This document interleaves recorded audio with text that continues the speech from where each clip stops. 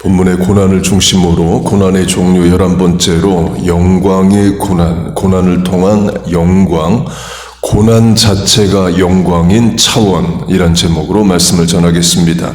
누가복음 24장을 보면 예수님 말씀하십니다. 그리스도가 이런 고난을 받고 자기의 영광에 들어가야 할 것이 아니냐로 고난을 통한 영광을 말씀하십니다. 십자가와 부활로 하면 부활이 영광이라면 십자가는 고난이죠. 십자가 없는 고난은 없습니다. 십자가 없는 부활은 없습니다. 세상 말로 하면 no pain, no gain입니다. 자녀 출산으로 하면 자녀가 부모의 기쁨과 감사와 또 부모가 된다는 영광이라면 출산의 고통이라는 고난이 있어요. 죽음과 천국으로 하면 우리가 천국 가는 것이 영광이라면 죽음이란 고통, 고난을 통과해서 갑니다. 고난을 통한 영광은 세상에서도 마찬가지입니다. 영국 왕실로 하면 왕자 공주로 태어나 산다는 것은 영광이라고 할 수 있죠. 영국은 전통적으로 해군이 강한 나라였습니다. 그래서 왕실의 아들들은 군복무를 주로 해군으로 했습니다. 지금 남자 왕도 해군 복무를 했고 그 아버지 또 해군 복무를 했습니다. 지금의 왕자 2명은 모두 육군, 공군 복무를 했습니다. 장남 7년, 차남 10년으로 또 차남 아프가니스탄 파견도 갔다 왔어요. 전통적으로 해군인데 개인 선택에 따라 육군, 공군도 합니다.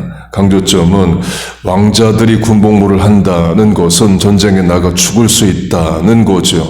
그래서 왕실의 의무 중 하나는 많은 왕자를 생산하는 겁니다. 곧 영국에서 왕자로 산다가 영광이라면 군복무를 해야 된다는 고난을 통과해야 됩니다. 전에 남미 콜롬비아 선교를 간 적이 있습니다. 콜롬비아는 남미 국가 중에 유일하게 6.25 때 한국에 파병한 나라입니다. 그래서 북한과 수교를 안 한 남미 국가이기도 해요. 한국에서 태권도 교관으로 소령 1명, 상사 1명을 파견합니다. 그 말은 콜롬비아 육사 생도들은 태권도를 무조건 배워야 된다. 입니다. 콜롬비아는 반군이 점령한 지역이 아직도 있습니다. 임관 전에 반군 지역에 가서 작전을 의무적으로 해야 된답니다. 또 반군도 하나가 아니라 여러 개가 있대요. 올 1월에는 반군들끼리 싸우다가 민간인 포함 100명 이상 죽었답니다. 지지난달 8월에는 반군이 정규군 34명을 납치하기도 했대요. 곧 반군 지역 작전은 문자 그대로 죽을 수 있는 일입니다. 그걸 감당해야 임관이 된답니다. 고난을 통한 영광이라고 할 수 있죠. 세상에서도 귀하고 좋은 것일수록 거저 주어지지 않습니다. 다 치러야 될 대가를 치르고 감당해야 될 희생을 감당해야 귀하고 좋은 것이 얻어져요. 하나님의 영광을 위해 산다도 마찬가지입니다. 감당해야 될 고난이 있습니다. 어제 이사야서 53장을 말씀드렸습니다. 그는 실로 우리의 질고를 지고 우리의 슬픔을 당하였도다. 우리는 생각하기를 그는 징벌을 받아 하나님께 맞으며 고난을 당한다 하였노라. 그가 찔림은 우리의 허물을 인함이요 그가 상함은 우리의 죄악 때문이라. 그가 징계를 받음으로 우리가 평화를 누리고 그가 채찍에 맞음으로 우리는 나음을 얻었고, 메시아 예언장 또는 고난받는 종으로 불리는 노래입니다. 메시아는 히브리어고 헬라어로 하면 그리스도입니다. 메시아 그리스도 같은 말이에요. 전술한 누가복음 24장에서 예수님은 그리스도 곧 메시아가 고난을 통해서 영광에 들어간다를 말씀하십니다. 전술한 이사에서는 메시아가 당하는 고난을 말합니다. 우리는 예수님 십자가 때문에 메시아가 고난 당한다, 고난을 통한 영광 다 알고 또 익숙하죠. 감사하고 그럽니다. 그런데 유대인들은 그걸 이해를 못합니다. 그래서 이사야 53장 전술한 그 장을 읽지 못하게 하는 장, 설교하지 않는 장으로 영어로는 The Forbidden Chapter로 불립니다. 금지된 장이에요. 금지된 장이란 의미는 이사야서에서 53장을 없애버렸다는 아닙니다. 제가 전에 랍비에게 왼쪽 히브리어 오른쪽 영어인 성경을 산 적이 있습니다. 거기 보면 이사야 53장 있어요. 그런데 왜 금지된 장이냐? 회당에서 읽지를 않습니다. 나머지 모든 구약 성경 다 읽어도 그것만 안 읽어요. 그리고 그 장만 설교를 안 합니다. 이유는 유대인들이 바라는 메시아가 아니어서 그래요. 유대인들이 바라는 메시아는 능력 있고 힘 있는 메시아입니다. 바벨론, 페르시아, 그리스, 로마 제국 상태면 식민 지배를 끝내고 이스라엘의 독립을 이루어줄 그런 정치자, 지도자이에요.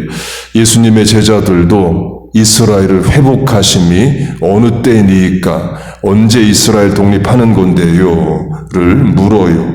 곧 이스라엘은 고난받고 십자가에 죽는 메시아가 아니라 도리어 주변 민족을 이기고 물리치는 그런 강력한 지도자를 원합니다. 그래서 지금도 이스라엘 근대 국가에서 지도자가 약한 모습을 보이면 지도자를 못합니다. 그래서 총리 네탄야후가 먼저 폭격도 하고 주변 민족과 다 싸우는 겁니다. 그렇게 안 하면 정권 유지가 안 돼요. 제3성전으로 하면 솔로몬 성전 터에 이슬람 최대 선지자인 무함마드가 승천했다고 그들이 믿는 황금 도움 사원이 서 있습니다. 유네스코 지정 국제문화유산입니다. 그 말은 허물 수 없다 이에요. 심지어 버겐 카운티가 정한 히스토릭 빌딩도 허물지 못합니다. 우리 교회가 속한 교단 소속의 리지필드에 있는 English Neighborhood Reformed Church가 있습니다. 232년 된 교회이에요. 해켄색의 우리 교단 소속으로 First Reformed Church가 있습니다. 234년 된 교회입니다. 버겐 카운티가 정한 Historic Building입니다. Historic Building 이기 때문에 문제는 수리 보수가 어렵습니다. 수리 보수하려면 원래 그 건물 색깔, 재료 그대로 써서 보수를 해야 된대요. 100년 전, 150년 전 재료도 구할 수가 없죠. 구한다 해도 너무 비쌉니다. 또 카운티에서 종교 건물은 또 보조금을 안 준답니다. 그래서 교회들이 카운티에 요청을 합니다. 히스토릭 빌딩에서 빼주세요. 카운티는 안 빼줍니다. 그러니까 노예 모임 가면 히스토릭 빌딩 되면 안 된다 이런 이야기를 목사님들이 합니다. 카운티가 정해도 그런데 유네스코가 세계문화유산으로 지정한 사원이면 허물 수가 없죠. 그 솔로몬 성전터에 있는 황금돔 사원을 허물고 제3성전을 짓는다는 것은 정상 상황에서는 있을 수가 없습니다. 그럼 비상 상황에서만 되는데 그 상황은 뭐냐? 전쟁입니다. 전쟁 중에 폭격을 하든 폭격을 당해서 무너지든 그 방법밖에 없어요. 그 성경 시대든 지금이든 이스라엘이 원하는 메시아는 강력한 메시아입니다. 그런데 이사야서는 뭘 말하느냐? 고난받는 메시아를 말합니다. 자기 백성을 위해 무력하게 죽는 것 같은 메시아를 말해요. 외적으로도 흠모할 만한 아름다운 것이 없도다. 외적으로도 풍채도 크지 않고 또 미남도 아니다. 이런 말씀도 있습니다. 유대교는 그런 메시아를 원하지 않습니다. 그래서 이사야 53장 Forbidden Chapter로 안 읽고 안 가르칩니다. 또 그래서 예수님을 죽인 거죠. 메시아라고 말하는데 자기들이 말하는 기대하는 메시아가 전혀 아닙니다.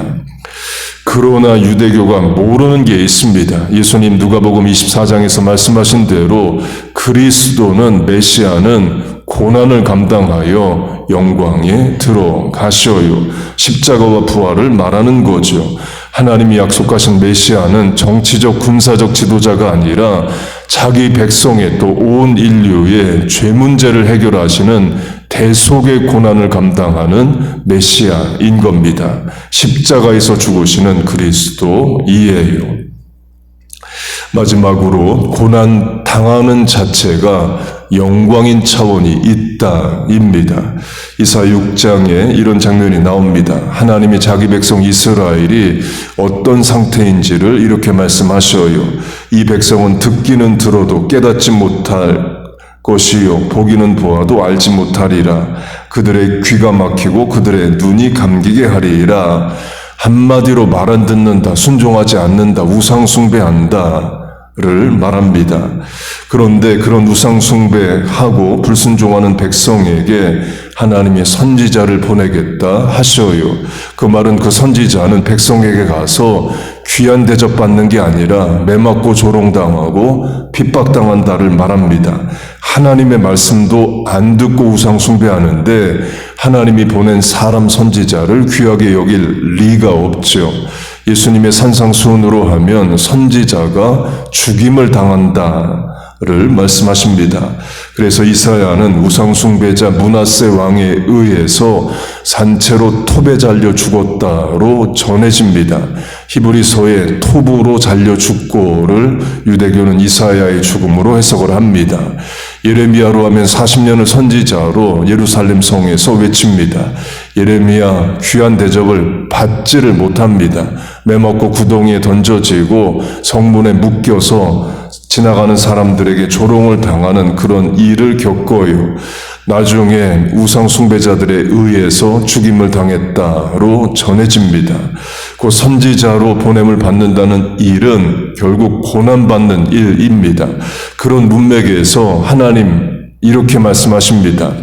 내가 누구를 보내며 누가 우리를 위해 갈고, 그 말은 누가 하나님의 영광을 위해 고난당하는 이 일을 할 거냐를 말합니다. 누가 이스라엘 백성을 위해서 매맞고 죽임당하는 이 일을 감당할 거냐입니다. 이사야가 답합니다. Here I am, Lord. If you need me, send me. 내가 여기 있사오니 나를 보내소서. 그 말은 이사야가 가서 고난당하는 일을 하겠다. 누군가 하나님의 위해서 희생해야 된다면 내가 해야 되겠다를 말합니다. 그렇게 하는 이유는 부담이 아니라 하나님을 위해 살고 죽는 것이 영광인 차원인 것을 이사야가 아는 거죠. 예수님을 위해 고난당한다는 자체가 영광인 차원을 초대교회 성도들 알았습니다. 그래서 순교한 거죠. 세상에서도 마찬가지입니다. 나라를 위해 싸우다 죽는 것이 영광이라고 하면 그것을 위해 일하는 자들 있습니다. 독립군, 광복군, 의병들이 그걸 말하죠. 백제의 계백장군과 신라의 김유신 장군이 황산벌에서 전투를 합니다. 무기나 병력면은 신라가 탁월합니다. 결국 신라가 삼국통일을 하죠. 백제는 방어를 하는 지경에 몰려 있습니다. 4번의 전투를 했는데 4번 다 백제가 방어에 성공합니다. 신라가 이기지를 못해요. 이유 중 하나는 계백장군은 죽기를 각오하고 나왔습니다. 거기서 지면 백제는 무너지는 겁니다. 계백은 그 전쟁에 나오면서 부인과 아이를 죽이고 나옵니다. 그 말은 적군에게 잡혀 조롱당하느니 내 손에 죽고, 그리고 계백도 전쟁터에서 죽겠다를 말하는 거죠.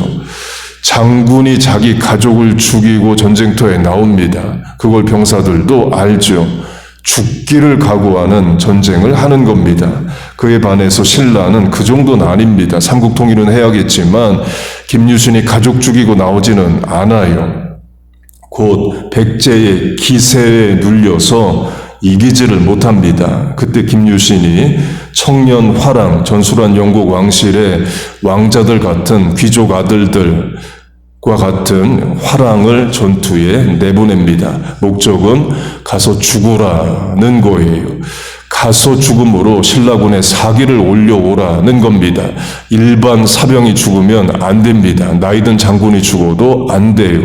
꽃 같은 꽃 화자 화랑 젊은 청년들이 나가서 죽어야 되는 겁니다. 그래서 반굴과 관창이 나가서 죽죠. 애당초 죽으려고 나가 죽는 겁니다. 그래서 신라군의 사기를 올리고 결국 신라가 이깁니다. 또 물론 또 역사의 기록은 승자가기 때문에 또 그런 스토리가 있지만 신라 입장에서는 삼국통일의 영광을 위해서 희생을 해야 된다면 꽃 같은 나이의 청년들이 해야 되는 거예요. 그게 화랑 이야기입니다. 이사야의 내가 여기 있사오니 나를 보내소서도 마찬가지이죠. 하나님의 영광에 동참한다면 동반되는 고난을 기꺼이 감당하겠다입니다. 예수님을 위해 많은 고난을 당한 바울도 같은 고백을 합니다. 우리가 그와 함께 영광을 받기 위하여 고난도 함께 받아야 할 것이니라. 또 내게 능력 주시는 자 안에서 내가 모든 것을 할 수 있느니라. 의 문맥은 기꺼이 고난에 동참하겠다를 말합니다. 그리고도 그 말씀 뒤에 예수 안에서의 영광과 하나님께 돌릴 영광을 말합니다. 영광을 말하는데 내용은 다 고난받는 이야기이에요. 고난을 통한 영광을 알고 예수님을 위한 고난을 받는다는 것이 영광스러운 일이다를 알았기 때문인 거죠. 그럼 우리는 우리대로 오늘의 삶의 자리에서 하나님의 영광을 위해 살아가야 됩니다. 성신, 근면, 부지런을 요한다면 그렇게 하고 희생, 조롱, 모욕을 감당해야 된다면 또 그렇게 하는 겁니다. 물론 미국에서 또 예수 믿는다고 그런 큰 핍박은 또 없습니다. 강조점은 고난을 통한 영광이 있고 하나님을 위해 고난받는 것이 영광스러운 차원이 분명히 있다는 거예요. 그걸 알고 산 선지자들이 있고 순교자들이 있고 사명자들이 있습니다. 그리고 오늘 우리가 있어요. 그걸 알고 주어진 삶의 자리에서 하나님의 영광을 위해 살아가고 능력 있게 사명 감당하는 우리와 자녀 교회 되시기를 주의 이름으로 축복하고 축원합니다. 아멘. 기도하겠습니다. 하나님 아버지, 하나님의 영광을 알고 그 영광을 위해 살게 하여 주옵소서. 천국의 영광을 알고 그 나라 사모하고 잘 준비되어 살게 하여 주옵소서. 하나님이 주신 사명의 무게를 능히 감당할 수 있는 믿음 허락하여 주시옵소서. 사용하여 주시고 감당케 하여 주옵소서. 오늘도 가정학교 직장 대인관계 교회를 섬기는 모든 삶의 자리에서 하나님을 위해 살게 하여 주시옵소서. 또 그렇게 살고자 합니다. 그러기 위해 감당할 필요한 은혜와 능력을 구합니다. 우리의 결핍을 채우시고 간구하는 기도에 응답하여 주시옵소서. 예수님의 이름으로 기도하옵나이다. 아멘.